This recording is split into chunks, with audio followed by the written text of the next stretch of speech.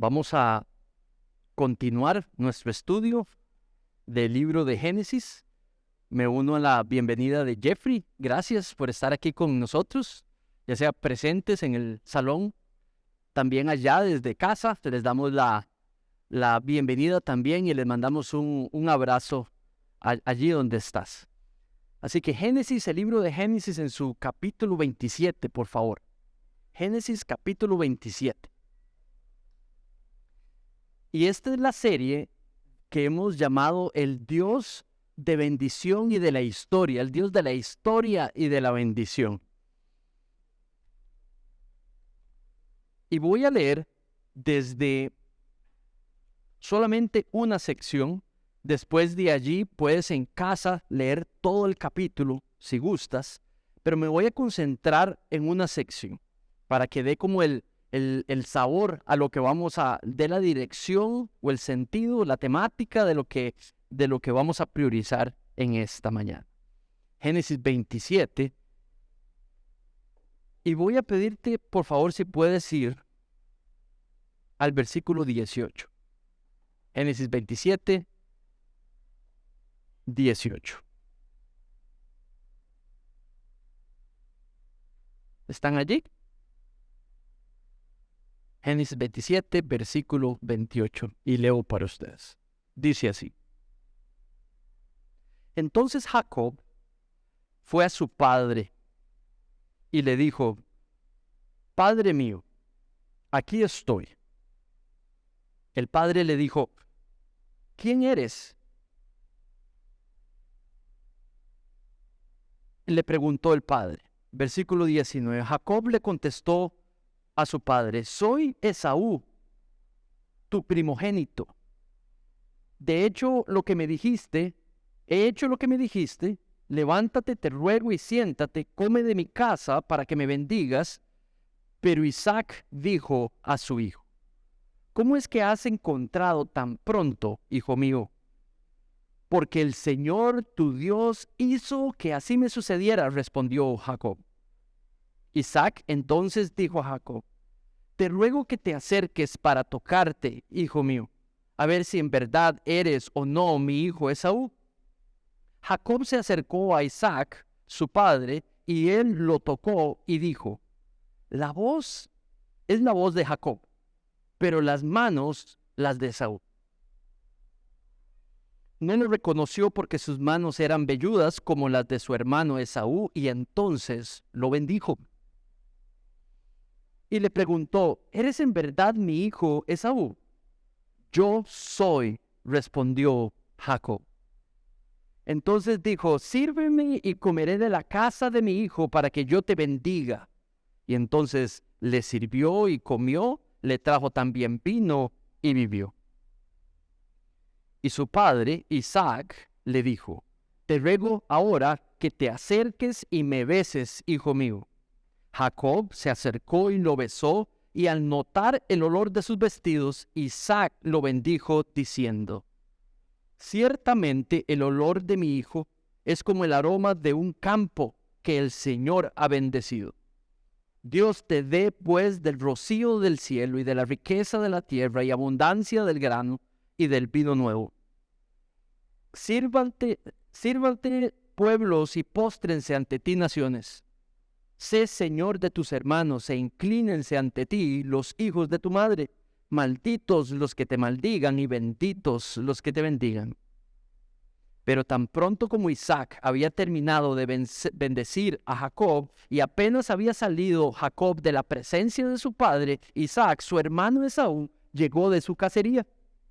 También él hizo un guisado y lo trajo a su padre y dijo: Padre, levántese mi padre y coma de la casa de su hijo para que tú me bendigas. Y su padre Isaac le dijo: ¿Quién eres? Soy tu hijo, tu primogénito Esaú, le respondió. Isaac tembló con un estremecimiento muy grande y dijo: ¿Quién entonces fue el que trajo casa, guisado, antes de que tú vinieras, y me lo trajo y yo comí de todo y lo bendije? Sí, y bendito será. Al oír Esaú estas palabras de su padre, clamó con un gran y amargo clamor y dijo a su padre: Bendíceme. bendíceme también a mí, padre mío. Pero Isaac respondió, tu hermano vino con engaño y se ha llevado tu bendición. Vamos a pedirle al Señor nos guíe y vamos a escudriñar la verdad detrás de lo que el Señor está diciendo en el texto. Padre, pedimos a ti, pidiendo tu guía, Señor, para que podamos encontrar lo que estás enseñándonos a través de lo que estás diciendo en el texto. Permítenos encontrar la intención de lo que estás diciendo y permítenos reconocer el efecto que quieres generar en nosotros en esta mañana. En el nombre de tu precioso Hijo Jesucristo pedimos esto. Amén.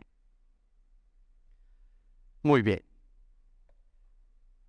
Hemos estudiado hasta aquí que la gracia de Dios, ese favor no merecido hacia nosotros, es soberano. Eso quiere decir que Él escoge a quién muestra su gracia, a quién despliega su gracia, pero también implica la manera en la que la distribuye. También hemos estudiado que esa gracia de Dios, ese favor no merecido, es confiable. Podemos vivir confiando en el despliegue de su gracia. La gracia tiene dos componentes: la gracia general de Dios, que la recibe todo ser humano, y también está el componente de la gracia salvífica de Dios, que la reciben solamente aquellos que Dios ha escogido desplegar esa gracia. Y si usted es un creyente o una creyente en Jesucristo como su Salvador, entonces usted ha sido receptor de la gracia específica de Dios, la gracia salvífica de Dios. Y como sus hijos y como sus hijas, la disfrutamos en nuestras vidas. Entonces, esa gracia salvífica que se muestra de muchísimas maneras en nuestras vidas como cristianos, es confiable y podemos confiar en ella. Y como la canción decía, podemos esperar en cada una de las bendiciones que conllevan esa gracia salvífica, por medio de la presencia de su Espíritu en nuestras vidas y por medio del despliegue de los planes de redención de Dios a través de nuestras vidas. Entonces, eso es increíblemente importante entender hoy. Ahora, quiero añadir una tercera frase: gracia soberana, gracia confiable, gracia no manipulable.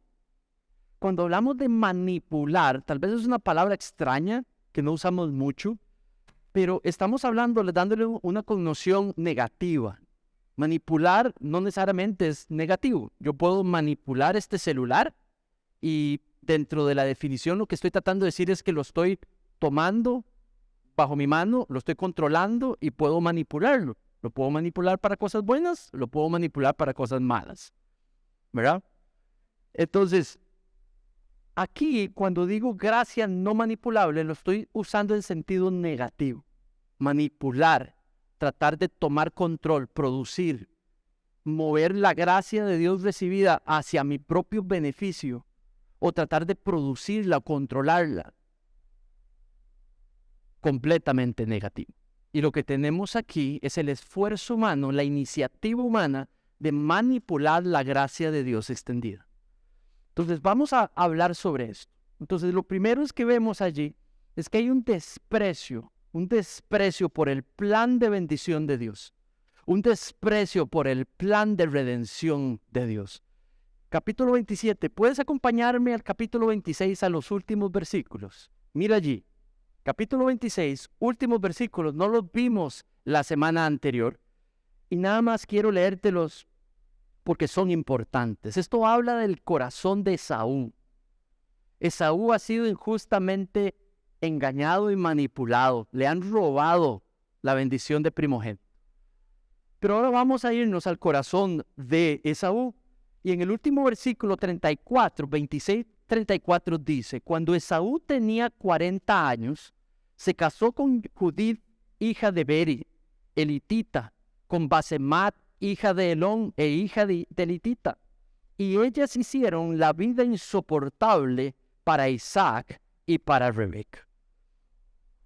Eso es importante porque nos deja ver que Esaú era un hombre que se manejaba de acorde a su propia voluntad.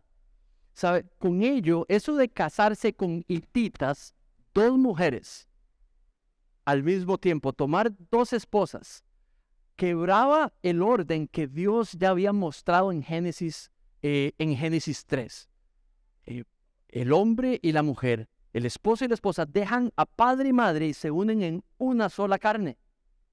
Y vemos a los patriarcas utilizar, ese es el concepto de matrimonio en la Biblia. Cada uno en una sola carne, bendecidos por Dios. Él quiebra ese orden. Cada uno de los patriarcas que quiebran ese orden en las historias del Génesis pagan las consecuencias de ese pecado. Se ven las consecuencias de ese pecado. Pero bueno, este hombre quiebra con la tradición y él hace lo que él se place en ese momento. Pero el segundo factor es que toma mujeres hititas. Y los hititas eran cananeos. Y desde Noé, en el capítulo, si no me equivoco, entre 3 y 15, está la maldición de que maldito será Canaán y todos sus descendientes. Y lo que nos damos cuenta es que Dios maldice. Eso quiere decir que no logren reconocer la voluntad de Dios y no la puedan obedecer y no puedan seguirla por la maldad que ellos practicaban. Entonces, él tomar esa decisión es un quiebre con la tradición que había establecido Abraham. ¿Por qué? Porque se echa para atrás, pone en riesgo la promesa de la semilla, de la llegada de la semilla de la mujer. La promesa de que los efectos del pecado se echarían para atrás sobre la creación por la llegada de la semilla de la mujer, de Eva, un descendiente que aplastaría ¿qué? La cabeza de un descendiente de la serpiente. Y ese es nuestro Señor Jesucristo. Era por medio de ese linaje de Abraham que sería bendecido, esa descendencia, que había una promesa que decía que ese descendiente traería bendición a todas las familias de la tierra. Pero tendría que ser a través de ese linaje, porque solo ese linaje tendría la bendición de Dios. Y en el marco de esa bendición podría llegar ese futuro descendiente que sería nuestro Señor Jesucristo. Hemos visto los textos en el Nuevo Testamento donde confirman que los apóstoles vieron el cumplimiento de la llegada de ese descendiente en nuestro Señor Jesucristo. Pero entonces a Esaú le importa poco eso. Le importa poco eso. Le importa que se rompa esa posibilidad, que se ponga en riesgo. Él le interesa a estas mujeres que ha visto, él las toma como esposas y quiebra con la responsabilidad que tiene como un miembro del pacto. Hemos estudiado el pacto abrámico. Una bendición que Dios hace, un pacto que Dios hace con Abraham y con toda su descendencia, donde le dice, yo voy a ser su Dios, yo lo voy a bendecir, le voy a dar tierra a usted y a su descendencia, lo voy a bendecir por generación de generación, y usted lo que va a hacer es vivir en obediencia a mí, usted y sus descendientes. El pacto abrámico. Y Esaú es parte de ese pacto, y desobedece y lo quiebra, y lo empieza a quebrar. Entonces, ese es el corazón del hombre que tenemos allí. También hemos estudiado de que vendió su progenitura por un plato de lentejas. Este era un hombre que decidía, su corazón lo decidía a punta de placer, a punta de emoción. Lo que me place, lo que mueve mis ojos, lo que mueve mis sentidos, por ahí me voy. Si esto me gusta, yo lo tomo. Si esto me huele rico, yo lo como. Sentidos, emociones. Y vemos a un hombre que muestra que no es digno de ser el padre de la nación por medio de la cual van a venir la bendición a todas las familias de la tierra. Entonces Esaú, con estas dos acciones y con su corazón, él desprecia la visión de Dios para el pueblo de Dios. Entonces allí tenemos una clara evidencia de que Esaú no es digno de ser el padre de la nación de Israel. Y les aclaro, Jacob tampoco. Pero al menos en los primeros versículos vemos a Esaú por si en algún momento nos atrae la idea de que pobrecito Esaú, ni tan pobrecito, ¿verdad? Moisés no quiere presentarlo como pobrecito, ni quiere que usted y yo lo pongamos como un santito, ¿verdad? Porque no era un santito. Ahora, lo segundo que vemos, ahora sí entramos en nuestro capítulo, es de que vemos a los hombres buscando cambiar el plan de bendición de Dios. Entonces, préstame atención solo un segundo, porque esto es muy importante para entender esta historia. Una cosa es la bendición de Dios. Cuando hablamos de bendición, a veces lo asociamos mucho con cosas materiales que Dios nos puede dar. ¿Tiene sentido? Muchas veces cuando decimos Dios me va a bendecir es porque estamos interpretando ¿qué? Que hay cosas materiales que nos va a dar. Cuando uno lee estas historias desde Génesis y ve la bendición de Dios sobre el pueblo de Israel o sobre Abraham y su descendencia, es cierto, hay promesas materiales, nación, prosperidad, y eso es una pequeñita parte de la bendición que Dios le iba a dar a todos ellos, una pequeñita parte. La otra grande era la principal, que Dios se había propuesto redimir, traer la posibilidad de redención a la humanidad. Entonces esto es lo que quiero que entiendas. La bendición de Dios, y dentro de esa bendición de Dios, a través de toda la historia que va en la Biblia, desde el Génesis hasta el Nuevo Testamento, vemos la bendición de Dios, pero ahí se va cumpliendo el plan de redención que Él quiere lograr. Entonces, esta es la bendición de Dios sobre su pueblo, Génesis, todos los profetas, hasta que llegamos al final de la Biblia, y por ahí Dios va logrando el plan de redención. Ustedes y yo ya estamos en el tiempo en el cual hemos recibido la bendición de redención. Y también vivimos en el marco de un pacto, el nuevo pacto, que por medio de la fe en la obra y persona de Jesucristo, recibimos vida eterna y salvación y perdón, justificación, regeneración, adopción como hijos de Dios, miembros de la iglesia.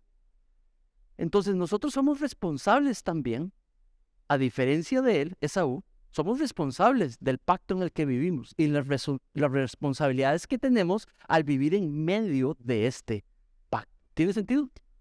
Muy bien. Entonces, ahora vemos personas buscando cambiar el plan de redención de Dios. Y dice versículo 1, y aconteció que siendo ya viejo, Isaac y sus ojos eran demasiado débiles para ver, entonces llamó a Esaú su hijo mayor. Esto quiere decir que tiene 100 años. Eso es un señor mayor. Y un señor mayor cuyo cuerpo ya empieza a debilitarse bastante y ya no puede ver. Es triste porque ahora la única manera para él, para poder discernir lo que es bueno o malo, es tocando, es oliendo, pero ya no viendo. Ciego físicamente hablando, pero también ciego espiritualmente hablando. Este señor sabía la visión de Dios otorgada para su familia, de ser representantes de Dios en el marco de donde vivían. Y este señor sabe que tomar a Esaú no es digno para el plan que su papá y para el plan que Dios dio a su papá para todas las naciones. Esaú escoge al hijo que él más ama. Moisés quiere decirnos que hay un favoritismo. Quiere decir de que él ama más a Esaú y no le importa tanto la visión para atrás de su padre Abraham ni la de Dios, sino que prefiere y está enfocado de que Esaú, porque es el preferido de él, quiere que sea el padre de las naciones. Definitivamente él considera que el hecho que sea fuerte, el hecho que sea rudo, el hecho que sea cazador, el hecho que sea hombre de espada, eso es la manera de poder liderar bien la nación que Dios va a formar. Entonces, esto es un hombre que también está ciego espiritualmente. No solo de sus ojos, ciego espiritualmente. Ha perdido su norte. Ya no lidera su familia. Este hombre ya no está liderando su familia. La está llevando hacia un riesgo, hacia un peligro, y está escogiendo no en base a la voluntad de Dios, pero está escogiendo en base a sus sentidos y a sus emociones. Ya no está caminando por fe. Ya no está viendo con fe. Ahora está caminando de otra manera, como el mundo camina. Por deseo, por impulso, por propia vanidad, por sabiduría propia, no la de Dios, y sin temor de Dios. Entonces luego vemos cómo allí Él está decidido a conseguir y a producir lo que es la bendición de Dios, a establecer cómo es y a quién va a dar la bendición de Dios. Es cierto que quien a él dé la bendición, ese la obtiene. Él ha escogido a Esaú, y si él bendice a Esaú, Esaú será el padre de esa nación que salga del carácter de ese padre. ¿Qué era progenitura? Bueno, ser el primogénito y recibir la bendición de Dios implicaba que él se volvía, Esaú, se volvía la voz de la familia, el que da la dirección de la familia, el que habla en nombre de la familia y el que decide en nombre de la familia, el que recibe todos los bienes de la familia y todos los siervos, se vuelve señor de todos los siervos de la familia. Y también se vuelve el señor sobre el resto de los hermanos o de la familia. Esa es la bendición que Dios le había dado a Esaú por ser el primogénito. Y esa es la bendición que Isaac quería darle a su hijo mayor. Pero la mamá Rebeca, en el capítulo anterior, había recibido palabra de Dios. Dios se le había revelado a la mamá antes de que tuviera los dos bebés. Esto es en capítulo 25. En capítulo 25 le había Dios dicho a Rebeca, el mayor va a servir al menor. Queriendo decir que el que iba a recibir la bendición iba a ser el menor. Entonces Rebeca está escuchando lo que Isaac le dice a Esaú.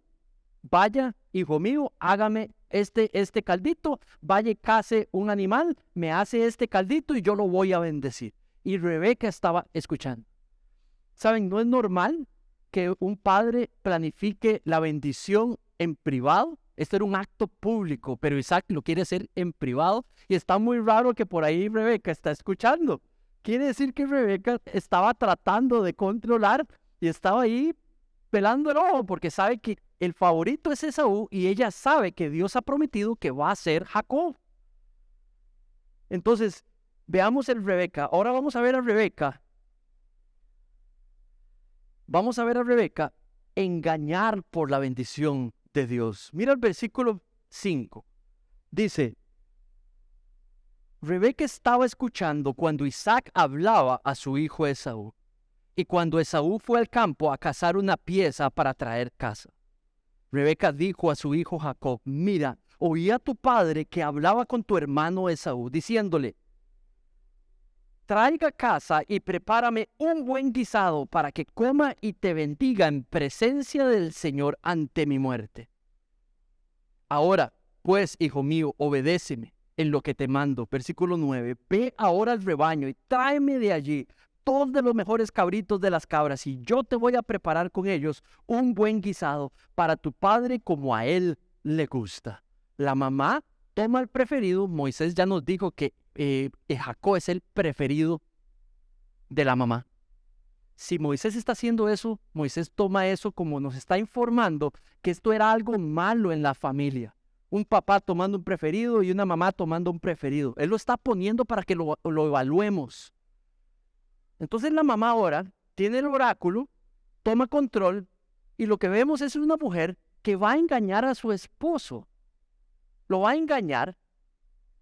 Va a hacer un plan para poder cortar el liderazgo de su esposo. Se va a meter y va a controlar y va a liderar por su esposo. Ha discernido de que su esposo no puede liderar bien, que su esposo va a llevar a la familia hacia lo peor, que va a llevar el plan de Dios de bendecir a la tierra hacia lo peor. Entonces ella dice, el medio no importa, lo importa es el fin. No importa pecar contra Dios si al final logramos la voluntad de Dios, dice Rebeca. Y entonces planifica, toma al hijo y lo convence que hay que engañar a su papá ciego, que hay que planificar este plan para lograr la voluntad de Dios. Y es allí donde vemos que engañar a la bendición de Dios en pie de hacer lo que la canción que ahora cantábamos decía, esperar en el Señor para que Él por sus propios medios, en medios correctos, se haga la voluntad de Dios. Y vemos a Rebeca controlar. Ahora, ¿cómo responde Jacob? Jacob, quiere que le mienta a papi, quiere que engañe a papi, quiere que me tome, actúe como si yo fuera Esaú, le mienta a mi papá, engañe a mi papá, también voy a robarle lo que por derecho tiene mi hermano mayor. Y lo voy a hacer porque mi mamá me está diciendo que lo haga. En ningún momento Jacob dice esto está mal. Jacob dice, mamá, lo que me preocupa es que esto podría traerme enormes consecuencias. Esa es la única reacción de Jacob. A Jacob no le importa hacer nada de lo que va a hacer, engañar, mentir, usurpar el rol de otra persona, personificar a otra persona para poder lograr un fin. Eso no le importa, lo que le importa es que le pueda traer consecuencias. Este es un engañador. Este señor no es digno tampoco de ser el papá de la nación de Israel o inclusive ser el padre de la descendencia espiritual que es la iglesia. No es digno tampoco. Y está allí simplemente dispuesto para hacer, no importa el medio. No importa el medio. Voy a hacer un alto aquí. Y voy a hablar a todos porque es una manera, quiero darles como una pequeña enseñanza en estos momentos de cómo interpretar la Biblia, de cómo estudiar. Estamos en un tipo de escritura que se llaman las historias de la Biblia, las narraciones de la Biblia, ¿verdad? Y allí, todas estas narraciones están en el marco del despliegue del plan de redención de Dios. Y a veces, algunas de estas historias tienen alguna enseñanza moral. ¿Qué quiere decir moral? De cómo vivo, de cómo me comporto éticamente, qué es bueno éticamente y qué no. Enseñanzas para la vida. Pero también las historias necesitamos poder encontrar qué rol tienen en el marco del plan de redención de Dios. Entonces, algunas personas, algunos maestros dicen de que no hay que enseñar ninguna enseñanza, no hay que sacar nada de ninguna enseñanza moral que el texto pueda tener. Lo único importante, dicen esos, es hablar sobre el plan de redención y qué lugar tiene esta historia en el marco del plan de redención. Y eso creo que ya se los expliqué. El hecho de que Esaú e Isaac ponen en riesgo la visión de Dios para que llegue el cumplimiento de ese plan de redención, nuestro Señor Jesucristo. Pero yo diría que también es incorrecto decir que no podemos aprender nada moral de un texto cuando evidentemente usa el lenguaje para explicar una posición y una situación en toda la historia que está mostrando como una posición incorrecta si lo haces. Entonces yo diría, mi consejo para todos los que tienen el rol de enseñanza, ya sea para los hijos o ya sea aquí en la iglesia, es que la enseñanza moral no se agarra en una historia, cualquier cosa que dice la historia, y trato de lograr encontrar una enseñanza moral. Si dice que hay que enseñarse en verdes pastos, entonces hay que sentarse una vez al mes en verdes pastos. ¿Verdad? No. Excepto porque la historia evidentemente desde el inicio hasta el final está poniendo un actuar como malo y sugiriendo otro como bueno. Si toda la historia huele, parece, se ve, luce como que está enseñando con el lenguaje literal una enseñanza e implicación moral, es porque posiblemente quiere enseñar eso también. ¿Tiene sentido? Entonces, de este texto no podemos aprender que hay que tomar 2 esposas. No. Pero de este texto sí podemos entender que engañar está mal. Que usurpar, personificar a una persona y tomar el nombre de una persona o falsificar a una persona está muy mal. Que tratar de producir la bendición de Dios no justifica pecar contra Dios. El pecado nunca es justificado en la Biblia. Dios es santo y Él no está donde está el pecado. Entonces nosotros tampoco. No podemos justificar ni la mentira, no podemos justificar ni el engaño para lograr lo que Dios sí puede lograr por sus propios medios de una manera bíblica y que va de acorde a su voluntad. Aquí nadie puede justificar engañarnos los unos a los otros. en pos de una buena intención o un buen resultado. Eso es pecado contra Dios.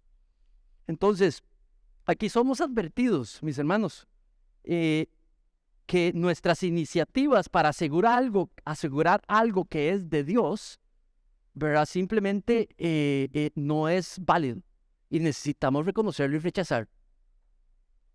¿Sabe? Yo puedo decirles un par de medios de cómo asegurarnos que este salón esté repleto todos los domingos. Fácil. Yo sé que ustedes me podrían ayudar también. Cosas que se puedan decir desde aquí. Cosas que podamos regalar ahí en la entrada cuando entran. Podríamos volver este lugar tan atractivo y tan bonito que sería prácticamente muy difícil que alguien no quiera quedarse. Si empezamos a hacer las cosas con respecto a lo que a usted le gusta, como usted se sienta mejor, decimos solamente cosas bonitas, nunca nada incómodo. No podemos manipular, no podemos comprometer el despliegue de la gracia de Dios de la manera que Él ha revelado, quiere que se entregue las buenas nuevas del plan de redención. Lo hacemos de acorde a como la Biblia dice. El segundo efecto es que a lo que hemos leído hasta ahora es de que confiar en que Dios es soberano y mentir y engañar no es compatible. Decir que soy cristiana, de que quiero seguir a Dios y quiero agradar a Dios y utilizar la mentira y el engaño no es compatible. Nunca lo va a ser. Y lo que Dios quiere es que nos arrepentamos y que confesemos eso y que nos distanciemos de eso y podamos ser hombres y mujeres que caminamos en integridad. Muy bien, continuemos. El plan redentor de Dios no puede ser desviado. Entonces, en el versículo 18, Jacob fue a su padre y le dijo: Padre mío, aquí estoy. ¿Quién eres?, le dice, le preguntó Isaac. Jacob contesta: soy Esaú, tu primogénito. De nuevo, engañador, mintiendo de una manera fuerte. Dice el padre: bésame, Esaú. Y viene y le da un beso. Ese es el beso como de un traidor. Es como Judas. ¿Se acuerdan? Cuando viene y lo besa para que los soldados pudieran reconocer que ese era Jesús y que ese era el que había que crucificar. Es el beso de un traidor. Este es un engañador, pero es un engañador cuyo en el próximo capítulo Dios va a cambiar su corazón. Y esa es la única manera en la que un pecador puede volverse un medio de la bendición de Dios, si Dios transforma su corazón, y lo veremos el próximo domingo. Muy bien. Todas las cosas, mis hermanos, trabajan para el plan soberano de Dios. Mira el versículo 30. Apenas había salido Jacob de la presencia de su padre, su hermano Esaú llegó de cacería. Entonces ahora viene donde el padre le dice: ya traje lo que me pediste. Y el padre dice: ¿quién eres tú? Pues Esaú, papá. No puede ser. Ya Esaú vino, me trajo el guisado.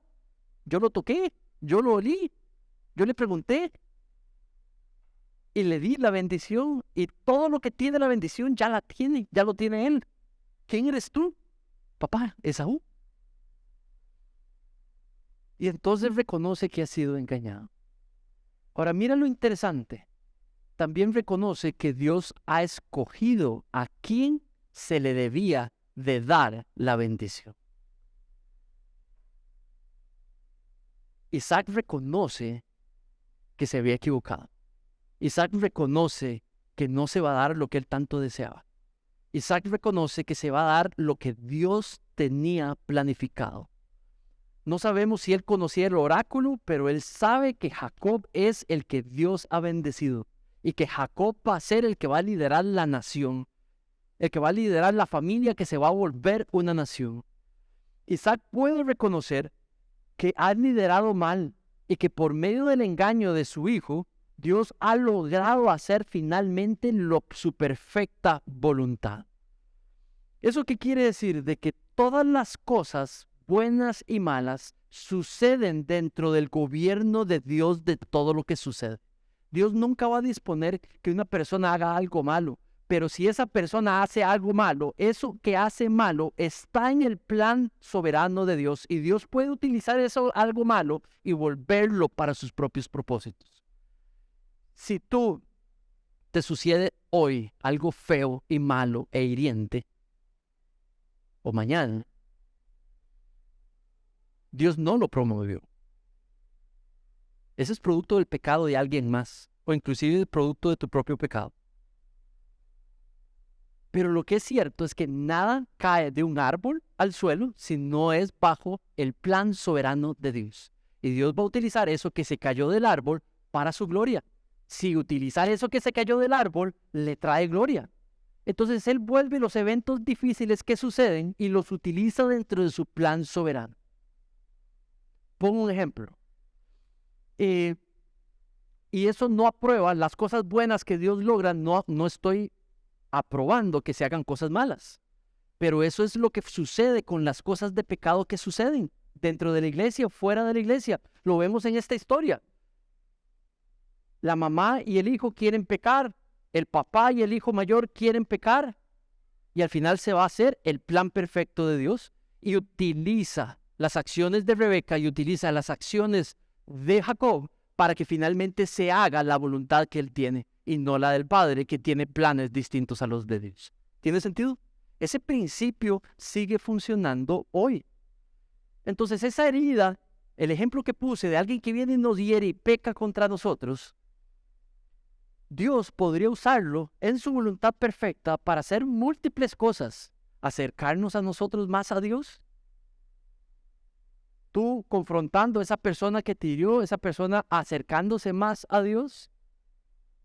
O cuidado, esa herida nos lleva a otro lugar y donde estamos podríamos, ese nuevo lugar donde estamos, podríamos ser utilizados para seguir haciendo la voluntad de Dios. Esto no justifica actuar en pecado, pero sí debemos de saber de que todas las cosas Dios las usa de una u otra manera dentro del plan soberano de Dios de proseguir este plan de redención que Él tiene.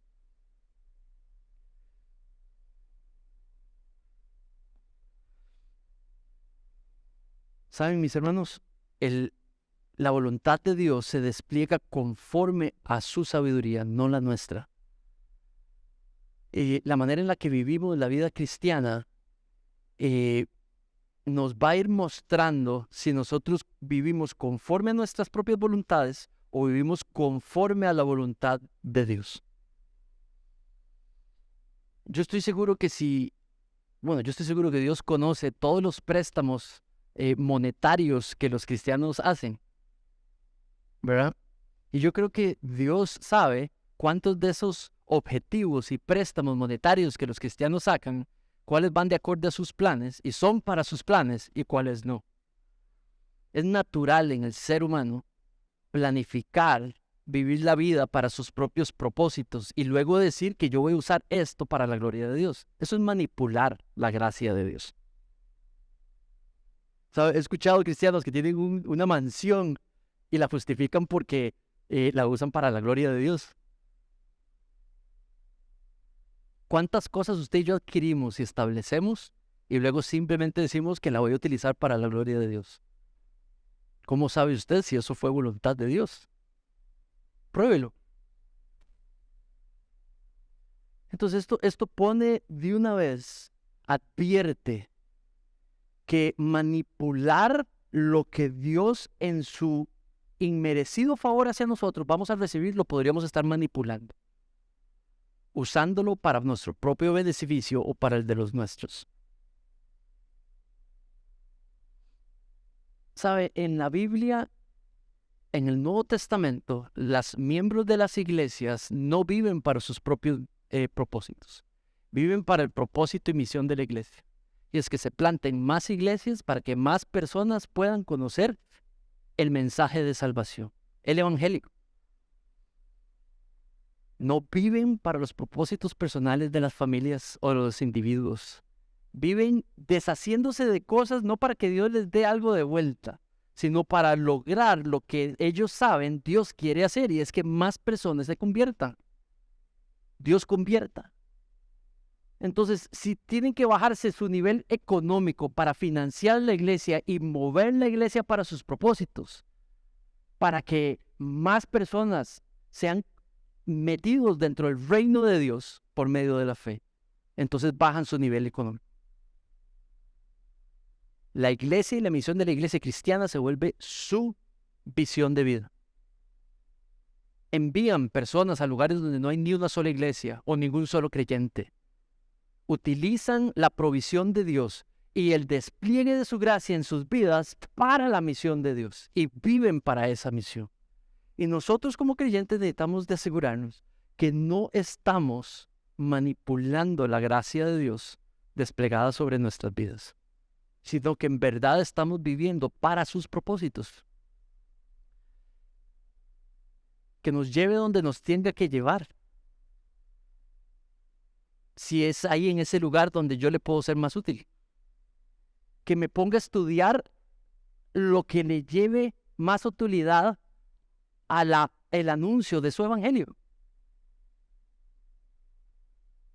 Que me dé el trabajo que me permite discipular mejor a mis hijos y volverlos lo antes posible en maduros discípulos de Cristo. Que me dé el trabajo que me ayuda a poder ser un mejor esposo y más presente en mi casa. O tomar el trabajo que me permite ser una mejor esposa, para con mi casa una mejor madre o un mejor padre. ¿Me explico? Donde lo que gobierna es el plan soberano de Dios de acorde a su palabra. Esta iglesia, Dios quiere que haga cambios importantes pronto. Y lo que va a necesitar solamente Dios, aunque Él no necesita a nadie, pero desea que los miembros de una iglesia fiel sigan llevando la iglesia, tomando el rol si es necesario que deben de tomar para llevar la iglesia donde Él la quiere llevar. No de acorde a nuestros deseos, de acorde a sus deseos y sus propósitos. Tres aplicaciones de esta sección. La primera, necesitamos recordar que el plan soberano de Dios, el plan redentor de Dios, no puede ser desviado. La familia de Saúl, la familia de Jacob, habían recibido la bendición de Dios de poder trabajar para que llegue el cumplimiento del plan de redención de Dios. La simiente de la mujer viniese para que la gente, por medio de la fe en esa simiente, pudieran recibir vida eterna y pudieran vivir una vida libre del pecado. Esa era la misión de esa familia. Y cada uno de los que Dios escogió tomaron su rol de una manera fiel. La próxima semana veremos cómo Dios convierte a Jacob y Jacob se enfrenta y se dispone a vivir para la gloria de Dios. Pero entonces esto quiere decir que nos lleva a que ustedes y yo hoy tenemos una responsabilidad como miembros de un pacto también, como recipientes de la gracia de Dios, que es soberana y que es confiable, pero también tenemos que manejarla de manera responsable, para que podamos utilizar todo lo que tenemos y todo lo que somos,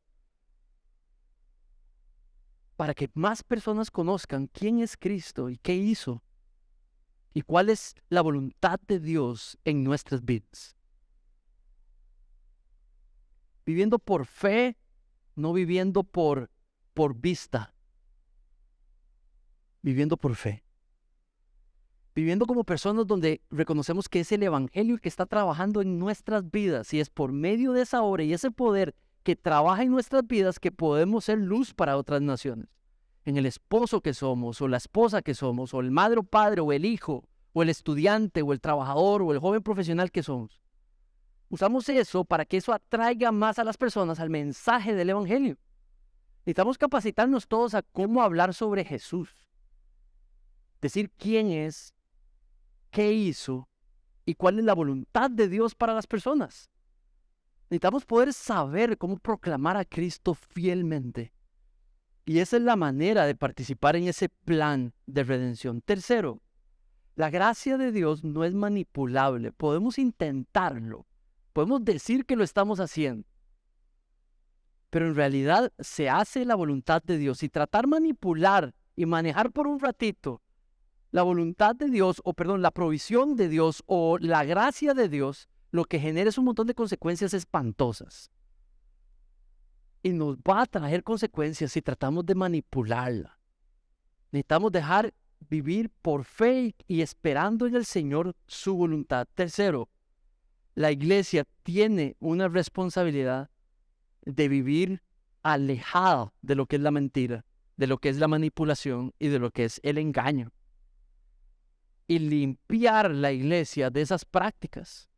La iglesia no puede estar diciendo, como algunas dicen, que si usted da algo económico a la iglesia, Dios le va a multiplicar doble. Eso no es cierto, porque todo lo que usted tiene es de Dios. Y más bien cuidado con lo que usted se deja, cuando Dios tiene propósitos para su gloria. Hay iglesias diciendo que si usted tiene un problema y tiene sufrimiento es porque usted está pecando. Eso no es cierto. El sufrimiento puede estar dentro del plan soberano de Dios para hacer sus propósitos y sus metas, aunque el sufrimiento haya sido producido por nuestro pecado. Pero muchas veces no es producido por nuestro pecado, es producido simplemente por el pecado de otros o porque Dios lo trajo y lo trae por sus propósitos y para sus propósitos. Necesitamos tener una buena visión del sufrimiento. A veces es un regalo de Dios, porque nos lleva a donde nunca hubiéramos ido si no es a través de esas circunstancias difíciles. Esta iglesia no existiría si no hubiera pasado a mí y a mi familia por una circunstancia injusta, difícil. No existirían, no estarían ustedes aquí. La decisión de que haya un cambio de pastor principal es una decisión dentro del marco del plan de redención de Dios, porque quiere hacer dos propósitos, uno aquí y uno allá. Y lo que necesitamos es tener ojos de fe, seguir teniendo ojos de fe, esperando en el Señor, apoyando a la obra del Señor, y ustedes van a ver lo que pocos por gracia podemos ver, y es el Señor produciendo frutos por acciones de fe, por hombres y mujeres que esperaron en el tiempo del Señor. Muy bien, oremos. Padre,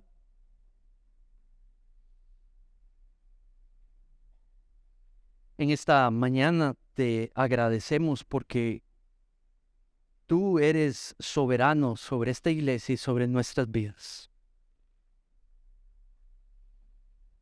Señor, hoy como creyentes, los creyentes aquí, Señor, los que hemos puesto nuestra fe en la obra de tu Hijo Jesucristo por el perdón de nuestros pecados y lo hemos hecho, Señor, sobre nuestras vidas.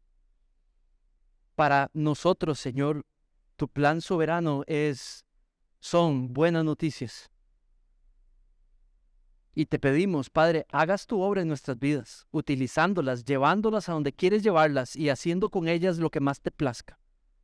Prepáranos, Señor, prepara nuestros corazones, nuestros intelectos, para que podamos reconocer tu voluntad y nuestro rol en este plan de redención, que si bien ya lo hiciste posible, ahora estamos en la etapa en la cual quieres traer a aquellos que has hecho tuyos desde antes de la fundación del mundo, para que por medio del anunciamiento del Evangelio, las buenas noticias de tu Hijo Jesucristo, usando su fe, puedas traerlos, Señor, a esta vida eterna de la cual gozamos hoy nosotros. Señor, convence a cada hombre y mujer aquí presente de que son receptores, si en Cristo, de un llamamiento a vivir para proclamar tu reino, para vivir en tu reino, para traer gloria a tu reino, Señor. Convéncenos de que es por el poder del Evangelio que trabaja en nosotros que podemos utilizar toda área de nuestras vidas para que pueda ser luz para el mundo y atraer a más personas a pertenecer a tu iglesia. Por medio de tu obra, por supuesto. Señor, alimenta la fe de cada hombre y mujer aquí presente. Edifica sus vidas, solidifica su fe, para que esté puesta y su identidad y su satisfacción esté puesta solamente en ti, en el poder de tu gracia en sus vidas. Te declaramos soberano sobre nuestras vidas, sobre esta iglesia, sobre todas las iglesias, sobre nuestras vidas personales, sobre nuestros bienes. Y te pedimos, Señor, nos dirijas hacia lo que te place y lo que es tu voluntad. Señor, previénenos, no nos permitas, adviértenos, Señor, cuando estemos manipulando tu gracia, cuando estemos queriendo producir, Señor, tus bendiciones, cuando estemos en control de ellas, cuando estemos dejando de caminar por fe en tu cumplimiento de ellas y esperando que seas solo tú el que las traiga para tu gloria. En el nombre de tu precioso Hijo Jesucristo te pido esto. Amén.